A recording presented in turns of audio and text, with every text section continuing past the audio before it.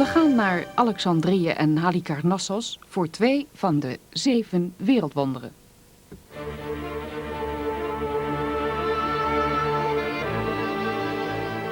$2.500 jaar geleden schreef een wijze Griek over een lijst met legendarische wereldwonderen.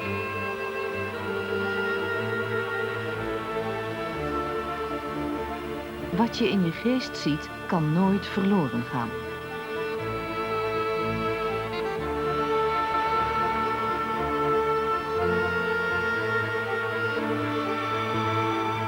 Het mysterie van deze wonderen werkt nog steeds door tot in onze tijd.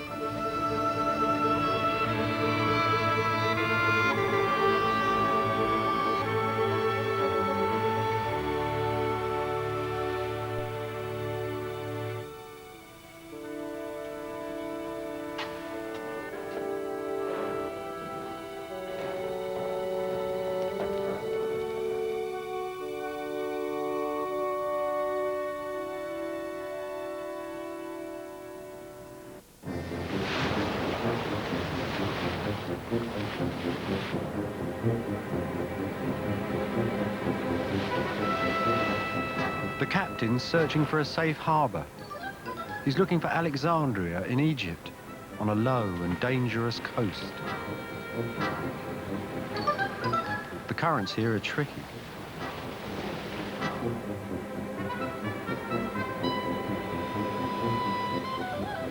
Sailors have swung the lead like that for thousands of years, sounding the rocks and looking to see if their line has river mud on it, to show they're close to shore. Before the modern city and its high-rises were built, you saw nothing on this low horizon till you almost hit the beach. Of all the 7 wonders then, the most practical was the ancient lighthouse called the Pharos.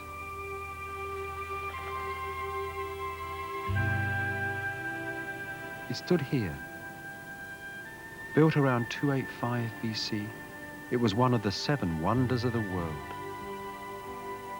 You could see it for 30 miles out at sea, marking the ancient city and the port, a magic light that medieval legend said would burn the sails of attacking boats. The Pharos, though, did more than guide ancient shipping. It symbolized and celebrated one of humankind's most spectacular experiments, the birth of the modern city, the magic metropolis.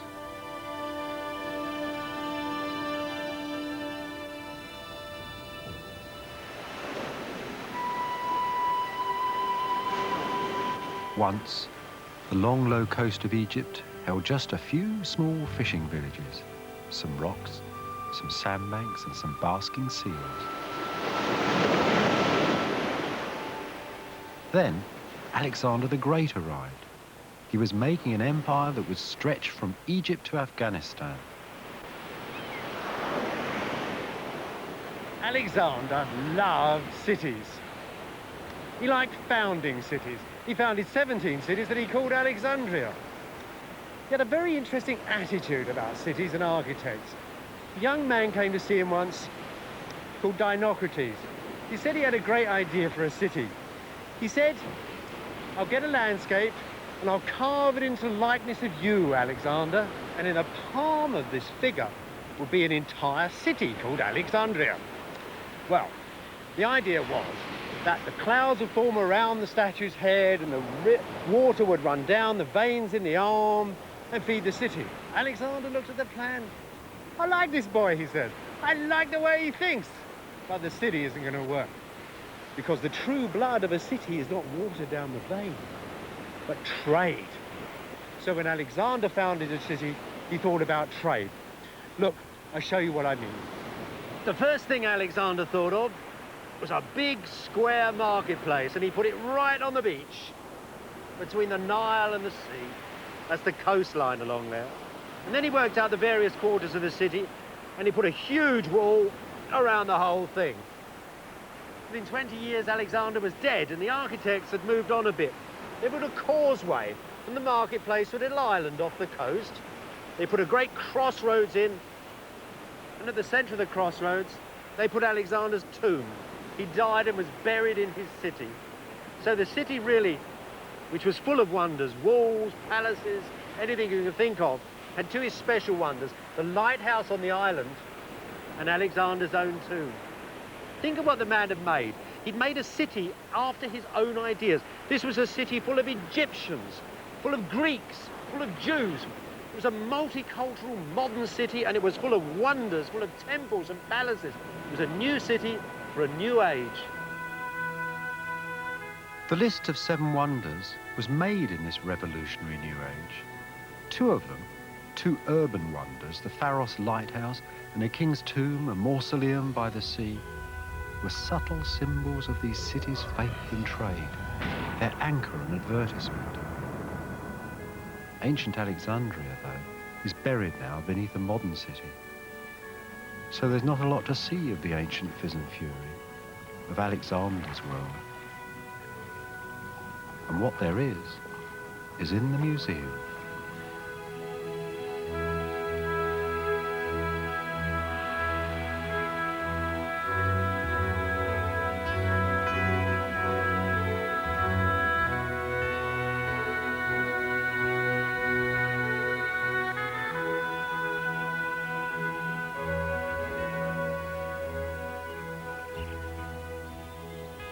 I like local museums. They're full of real things, not antiques bought at auction. Just bits and pieces found when people were making their garage or putting in traffic lights. Just loose stones from buried cities.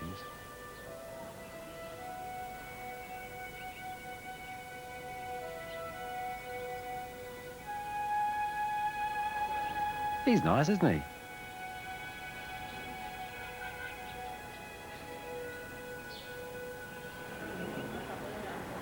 It's a very beautiful fragment of completely vanished Alexandria from the first great Greek period.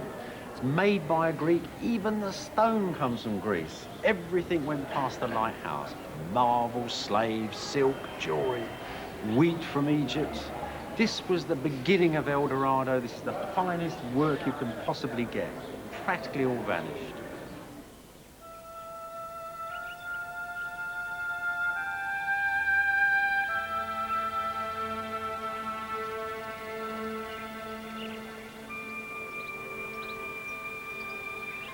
Look at this. Ancient Alexandria, classic Alexandria in a yard and a half. Here's a Greek altar from somebody's house. Here's a Greek text on a bit of a statue base, and here is a native Egyptian, but all dressed up in his best Greek robes. The Alexandrians love to show off. And this is quite a rare Hebrew inscription from ancient Alexandria. The Jews were a very powerful group of Alexandria's citizens. The Hebrew Bible, the Old Testament, was actually translated into Greek here in the very shadow of the Pharos. So the Pharos lighthouse signalled far more than just a safe harbour. It fell down finally in the earthquake of 1375. These, perhaps, are some of its sea-washed stones. It stood on the very tip of the harbour wall. This splendid old medieval fortress, built by the Mameluke Sultan Qaitbay, stands on its foundations.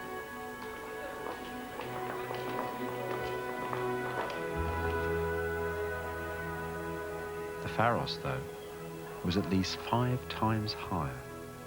At more than 300 feet, the tallest building of its time.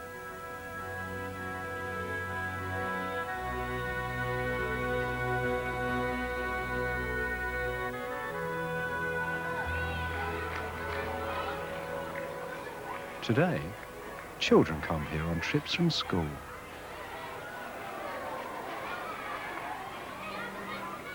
And all around them, the medieval walls are studded with much more ancient stones. There they are, look. Hieroglyphs of a pharaoh. 2,500 years after they stood on a great obelisk holding up the door of an Arab fort.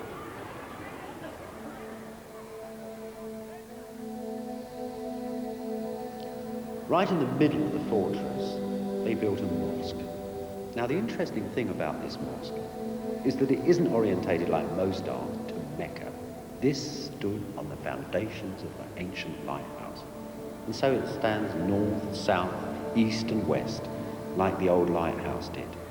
And if you look up, just for a while, up into its great tower, what you're looking at, really, is a ghost of the lighthouse. And can't you see in your mind's eye men and donkeys carrying fuel up to the light at the top?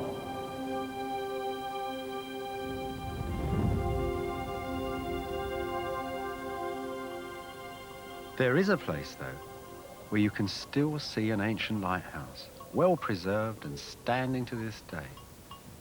30 miles east of Alexandria, on the same low coastline, a miniature pharos. Square, octagonal and round, with an inside staircase.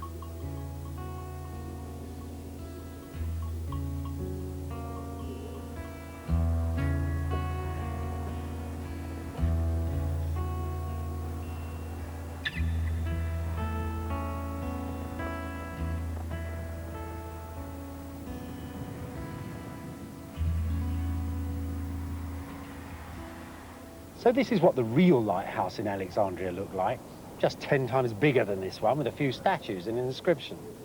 Certainly not like those wonderful things you see in children's books. Neither did it have a great lens on top.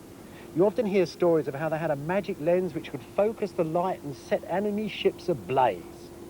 Had none of that. It had a little fire up here, and that was probably only turned on when the fleet went by. Still, anything, even a tower, is good for these dangerous waters.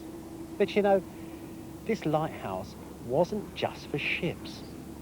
This little one here is above a tomb. It's part of a tomb complex, and this light was to guide the spirit of the dead that was wandering around Egypt back to his body again.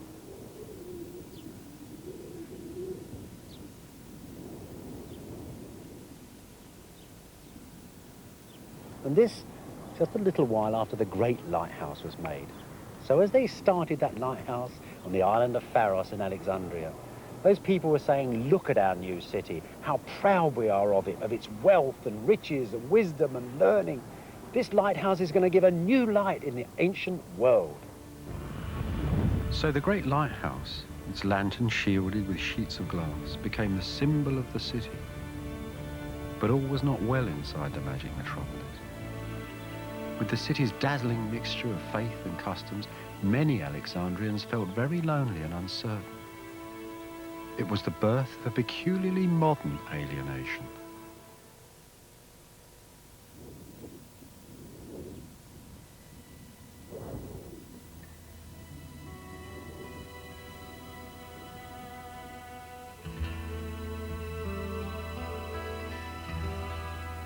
These are the unexcavated tombs of the ancient kings of Sardis, the capital of Lydia in western Turkey, where money was invented. Money was the fuel of Alexander's brand new city. From the Seven Wonders to the stock exchange, a great part of the modern world started here, beside these bubbling fields.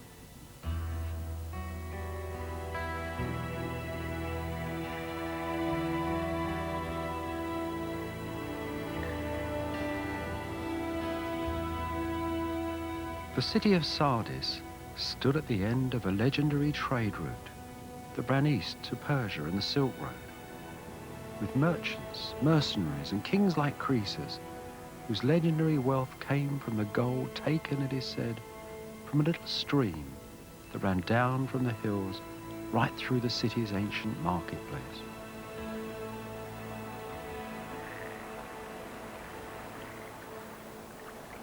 Needless to say, archaeologists have long been interested in Sardis. They didn't find King Croesus' legendary marketplace, but what they did find were the very workshops in which the modern world was forged.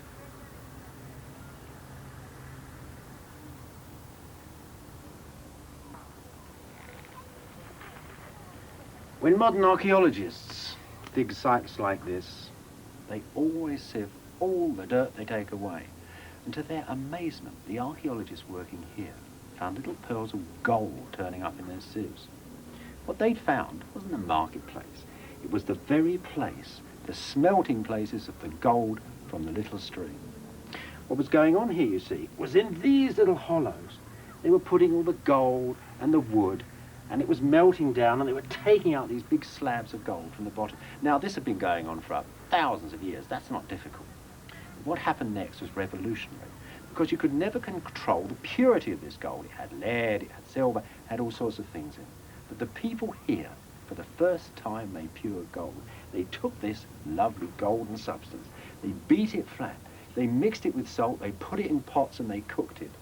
When they took the gold from the pots, for the first time in human history, they made controllable, pure gold. So, as usual, the very dust of ancient lives, the tiny little relics of the past, suddenly become so important. You see, people lived and worked here about 600 BC, just when Croesus and a few other people were experimenting with the idea of money. Now, pure gold means that you can make money which is always the same. It's an eternal symbol. When the goddess Artemis Cybele was stamped on equal amounts of Croesus gold, people knew what they had in their hands. Within 50 years, there were banks, misers, merchants, marketplace, men who lived by buying and selling. This idea of a single abstract value that you can actually hold in your hand had come into the world for the first time. Money, great sacks of money, had served to build many of Alexander's brand new cities, and several of the Seven Wonders too. As you might expect, when Alexander died in 323 BC, his empire quickly divided into smaller kingdoms, each of them ruled by his generals and his bankers. Each city was alone.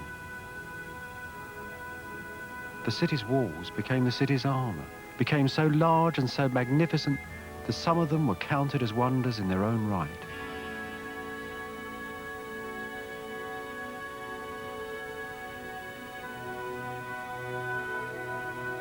These tremendous walls, driving for miles across the mountains, protected the smallish city of Heraclea down by the lake.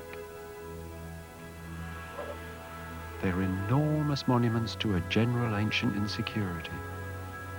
The new man in his brave new world was quite afraid. Soft cities set in hard, sharp shells. Nowadays, though, the pain and energy that made these brutal stones seems to have seeped away, and we are left with pleasurable ruins. Alexander's cities, too, have mostly gone. In Western Turkey, though, a few of them, like Heraclea, still remain, with all their ruined wonders, their temples and their statues. Half memories of wonder, the ancestor of every modern town.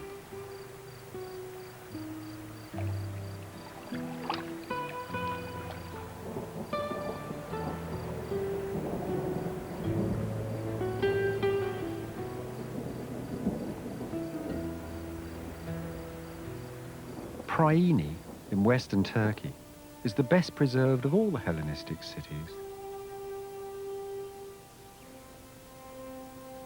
Houses, marketplaces, temples, mausoleums, rare ruins filled with the fears and hopes of the people of the magic metropolis. Visit Priene today, and you can still taste the authentic flavor of the people of the age of the Seven Wonders.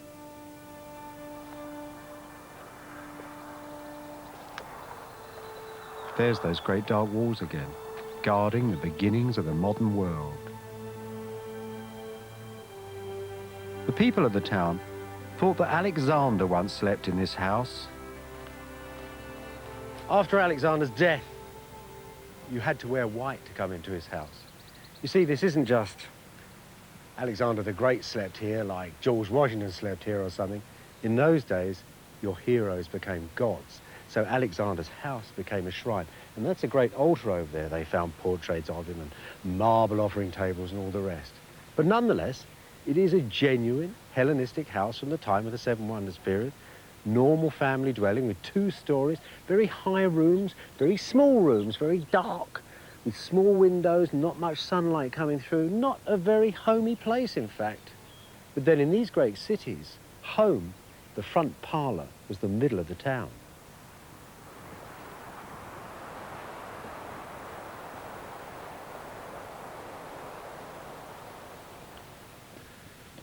And at the end of every street, just like London, the name. But this is the real treasure here. The treasure of all cities of that period. This is a fountain, you see? And the water came out here, ran down there and ran right down the street and into every house. Every citizen had to look after his own bit of the water supply system. Now, the nice thing about the water here is that the whole system was constructed and paid for by a woman, the first woman mayor of the place, a lady called Phili. It's an unusual role for women in society at that time. In houses, for example, they were kept apart. But there was nothing actually to stop them entering public life, and quite often they did. Phili put in this wonderful aqueduct system, recording it in an inscription. There's a lot of civic pride here.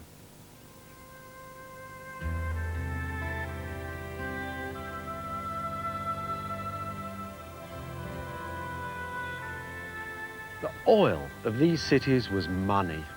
Money first functioned here in these ancient agora, the marketplaces of the ancient cities.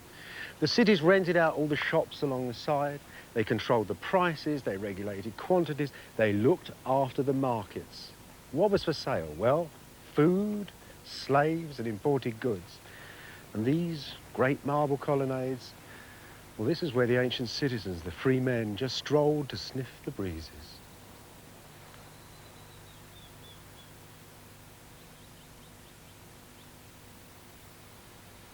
These cities weren't really cities in the modern sense of the word.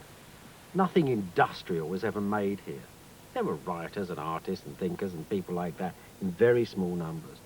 And large numbers of people who just loafed around the place, big landowners with their slaves, some small farmers too, and perhaps a few small businessmen. But these really, well, they're more like recreation cities, like Palm Springs or Royal Tunbridge Wells. People had a good time here. They came down to the marketplace, these grand open spaces, and sat around on their chairs and talked about the price of wheat or whether the statue they just made was as good as one of the Seven Wonders.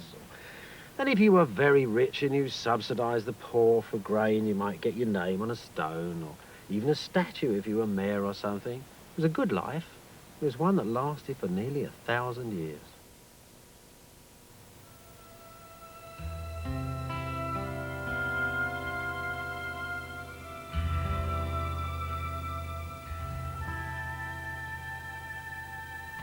This is the council chamber. Some 640 of Praini's wealthiest citizens came into this room to talk, and they talked about everything from the price of grain to hiring a city doctor. These little council chambers, their seats, their space, the very air in them, are the real ancestors of modern democracy. Democracy, not in the sense of tribal societies, say, where everybody gets to say his piece, but democracy in the sense of a very carefully controlled and regulated society. And here, in this mercantile climate, it produced a dynamic and aggressive society that is really the ancestor of the modern world. So, this space here, between these 2 rows of seats, this is a real revolution. If you go back to older societies than this one, you can walk down a million dusty ancient lanes past ancient lives into shadowed temples, and the cities can be enormous, but you'll never find a space like this, with faces looking, sitting opposite each other. Those ancient societies are instinctive. They move almost like shoals of fish. Here, though, men are looking, faces are seeing. They're watching, they're seeing the other points of view, they're balancing, they're judging things. They're making lists like the Seven Wonders. It truly is the ancestor of the modern world. Life, then, was something of a race. And here's where the young men learned to compete in it. The city's own gymnasium and running track, with its ancient starting blocks, Especially if you were really good. You got to go to the Olympic Games. Nothing was too good for the young lions who came to rule the city in the next generations. These are the public baths served by the aqueduct in marble tubs and marble taps. But always cold water. Why is it always cold water and short hair? Even Alexander was said to be sissy because he had long hair. But look at the facilities. Good non-slip floors. And of course, the athlete's foot bath. They all needed foot baths. So after they washed and scrubbed after their races, it was off to school. Next to the wash house, the schoolroom, with only 3 walls. Can you imagine what it was like in here in the winter? Pretty cold. This is male bonding land. But this, in the schoolroom, like many schoolrooms, is covered in the names of its pupils. The kids have scratched them out down this wall so carefully, letter by letter. You know, the gift of writing Greek was really only given to these privileged people in these cities. Practically nobody else in the land wrote or could read, except a few women, and they seem to have learned at home. But this was really the centre, this was the voice that we have today of Greek society. Right at the heart of every city, the mausoleums of the founders and the temples of the gods. There were 2 sorts of temple, one in light and marble, the other in darkness and dark stone. This is Prieni's Temple of Athena, an exquisitely light building made by a great architect called Pythios, and just after he designed and built the first mausoleum, the king's tomb that was one of the 7 wonders of the world.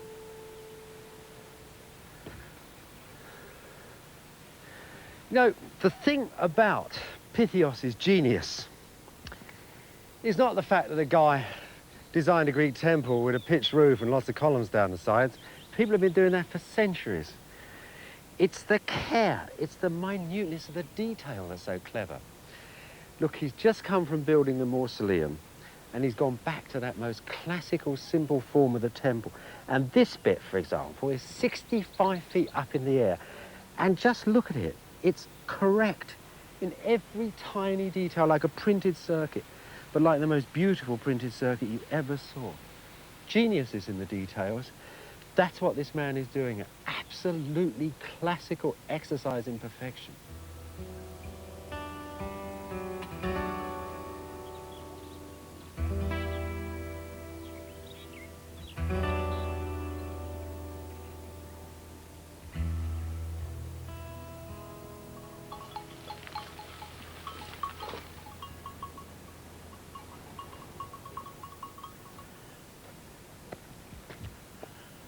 That's Athena's temple over there. I'm off to another one. No less important to the city, but not quite as beautiful. It's the sanctuary of Demeter, the mysterious god of fertility and death. Demeter's daughter had been kidnapped by the god of Hades. Every year she went into the underworld, and every year she returned as the sprouting grain. Now look, don't get to think that these ancient Greek religions are just sort of 4th form essays in Greek and Roman myths. This is a real system you can live by. Think of an example. There's a beautiful epitaph on a gravestone that says 2 parents are writing to the guy who ferries dead people across to Hades. And they say, "Take care of our little boy. When he gets out of the boat, please help him because he can't walk very well and he's got new shoes on." Now, when people are thinking like that and getting consolation out of a system, this is a real system that works and gives them some sort of order for the world. There's not much left in Demeter's Hall of Mysteries now. It always was very plain and simple architecture, and the things that went on here were so mysterious that we still don't have the faintest idea what they were. When the German excavators dug these passages out, they found extraordinary statuettes buried in them. Obscene figures they were, of a goddess called Balbo, whose face had been strangely mixed up with her genitals. Don't often see pictures of that in books, do you? In fact, it's the sort of thing that traditionally historians have always tend to neglect. So when you think of these cities, you don't really think much of eroticism or sexuality, yet in fact they were filled with it. There were phallic and epiphallic statues. There was an extraordinary erotic art going on, even in the smallest detail, and a marvellous erotic literature too. You see, these cities were really seen almost as living organisms, and the sexuality then was the city's sexuality. It was the power and potency of the state. It was, of course, a concept that the Christian city of God entirely rejected. The Christians also rejected the Greek idea of death. An underworld, a dark, cold pit filled with the shades and spirits of the dead. And here we reach into the alien heart of the magic metropolis. I am Mausolus, king of Caria. I was tall, handsome, and victorious in war. I have lying over me in Bodrum a tomb such as no other dead man ever had, adorned with marbles of men and horses carved as if they were real, and in fine marble. King Mausolus is talking to us from the underworld, in the words of a Greek philosopher. Alexander would have seen King Mausolus' great tomb, the Mausoleum, as he besieged Halicarnassus, now Bodrum in southwestern Turkey, the tomb of the city's founder, at the city's center, a huge building decorated by the Greeks' most famous sculptors, and one of the 7 wonders of the world. In 352 BC, on the day they buried King Mausolus, they slaughtered a herd of sheep on these steps, and 5 oxen too, hamstrung, slaughtered and bled so the blood ran down here towards the greatest tomb the world had ever seen, one of the 7 wonders of the world. A tomb so great, it's given its name to all great tombs ever since as mausoleums. And this great stone was the plug that sealed the burial chamber.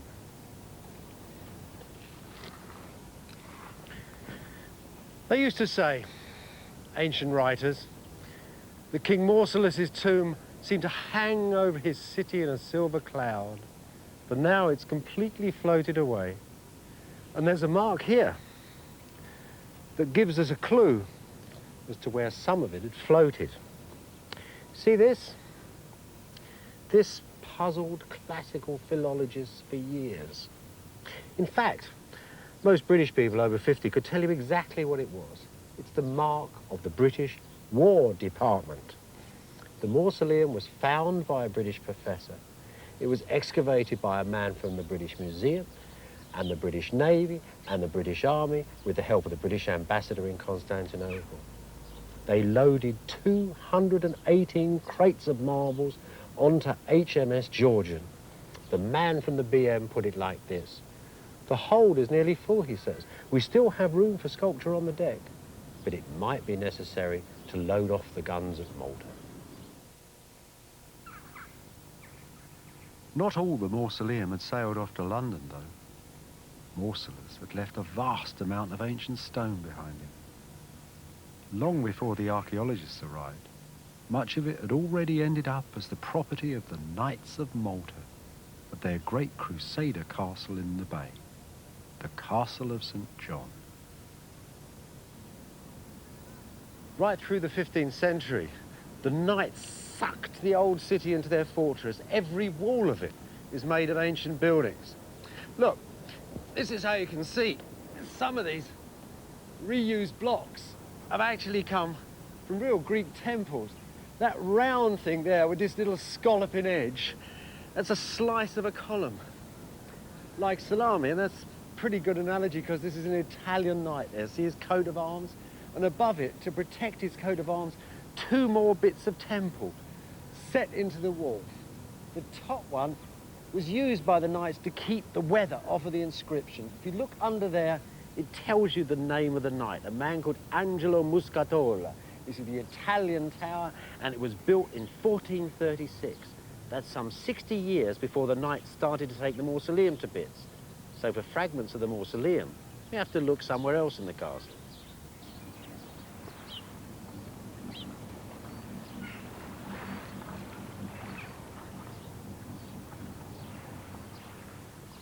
It was a change in armaments technology, bigger and better cannons, that finally caused the mausoleum's destruction. It was taken down stone by stone. All these ramparts you see around me come from the mausoleum. They're designed so that the newfangled cannonballs would just bounce off them. These lovely big square stones I'm walking over are the core, the heart of the mausoleum. The great marble lintel over my head is a fragment of Pythios' marvellous architecture. And that white marble there, well, heaven knows what was on that before the military commander carved his name across it. Gatineau, 1513. Since the Knights of Malta tore the mausoleum down, there's been no end of effort to put it back together. It's a great game. There's not much to go on.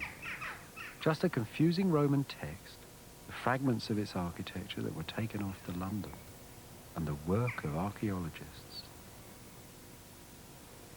This recently excavated tomb by the village of Belevi, close to Halicarnassus, was probably made for a Syrian king.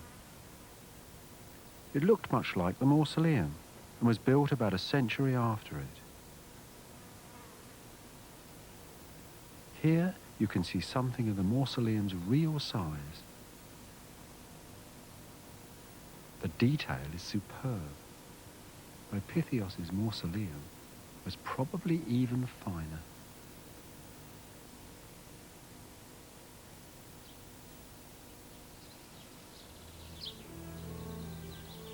This little tomb, in the nearby city of Milas, a tiny mausoleum, shows what the Romans meant when they said the great mausoleum seemed to float on air.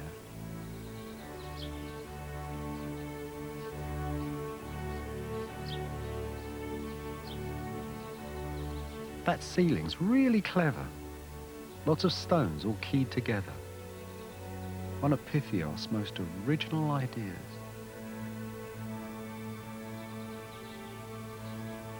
There are hundreds of reconstructions of this strange old building with its pyramid roof and rows of columns. From eminent architects to suicidal poets, individual, inky mausolea. There are not only those paper reconstructions either. Fancying themselves as Mediterranean kings, several 19th century bankers and industrialists built mausoleums for themselves.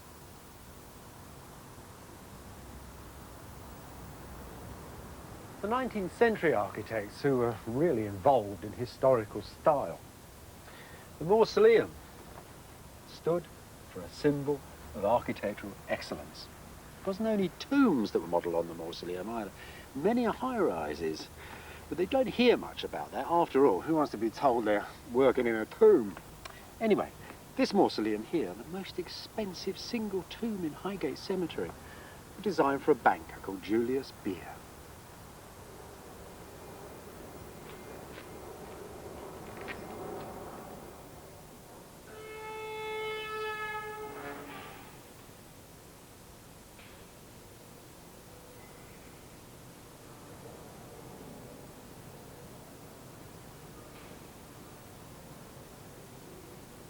That's Beer's little daughter there. She died quite young, and he got a sculptor, a very famous academic sculptor, to make that rather touching portrait of her going into the arms of death, just like King Mausolus employed sculptors for his mausoleum. Do you know, the architect, who's called John Scott, he's had a real good time in here, actually. He's taken bits and pieces of those various old restorations that were kicking around when he was designing the place, and he's added it to memories of his holidays, bits of Renaissance Italy and Byzantium and things like that. Now, you can see why people were so keen on copying the mausoleum. It was a very famous building. But what none of these copies tell you is why was the mausoleum famous in the first place? By Greek standards, it wasn't a very big building. It wasn't even very beautiful. It's a rather ugly shape for Greek buildings. So why on earth was it so famous? Well, for the answer to that, you really have to go back to the ancient texts. Remember that text of Mausolus? I am Mausolus, king of Caria. I have over me, in my grave in Bodrum, a tomb covered in fine sculpture of men and horses.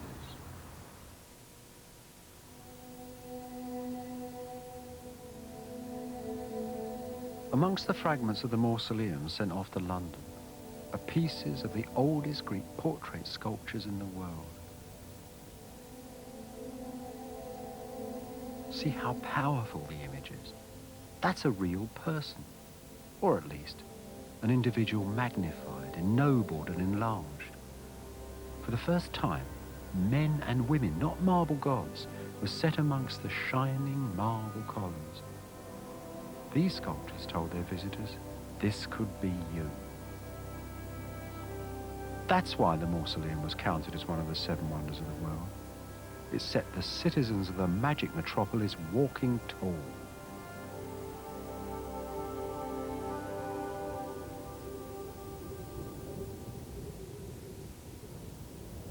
Today, the real Alexander seems as elusive as the wind. Yet even the simplest stories of his life tell us something of his time, the age of the 7 wonders. One tale tells us that Alexander and some friends travelled from the shore of Egypt into the blank Sahara, searching for a famous oracle. They got lost here, the legend says, and nearly died of thirst. And the gods sent crows to them to show them the way down through the mountain of the moon, down into a hidden valley and the lake of the oasis of Siwa.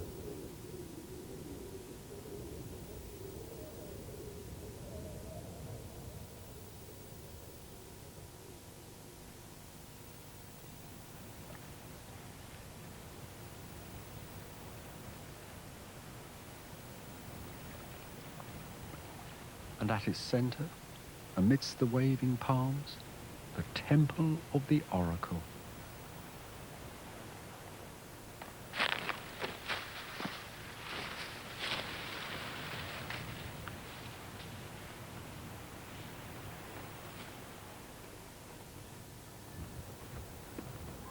Inside a small dark chamber roofed with palm logs, Egyptian priests told Alexander something that affected him until the day he died.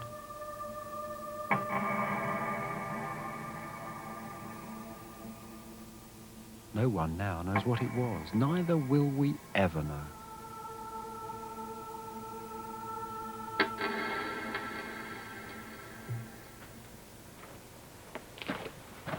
Whatever it was, though, it didn't stop Alexander from invading all the ancient East and leaving its cities as devastated, dusty shells.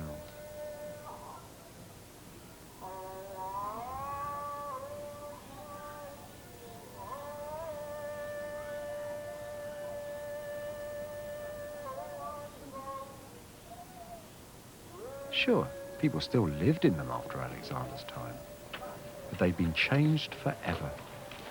The brutal, self-confident Greeks had shown them another sort of city, a different way of being.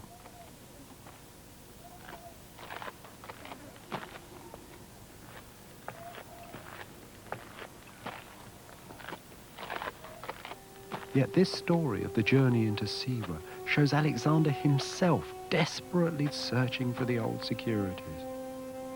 And that, perhaps, is what he really discovered at the Temple of the Oracle. That in the magic metropolis, with all its fizz and fury, it's still impossible to live successfully without a past.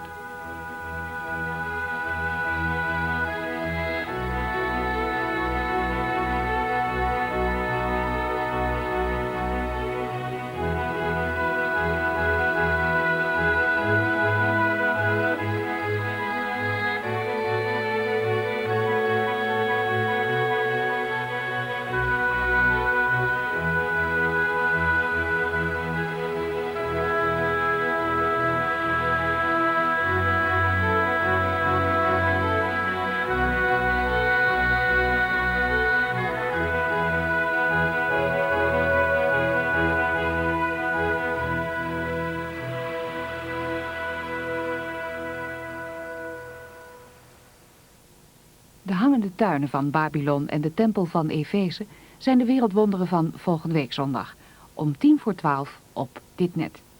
Alle 7 wereldwonderen worden in dit boek beschreven aan de hand van oude geschriften en archeologische vondsten.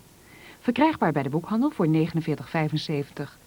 Bestellen kan ook. Maak dan 49,75 over op Giro 54 42 32 van TELEAC in Utrecht. Of bel ons tijdens kantooruren 030 946 946.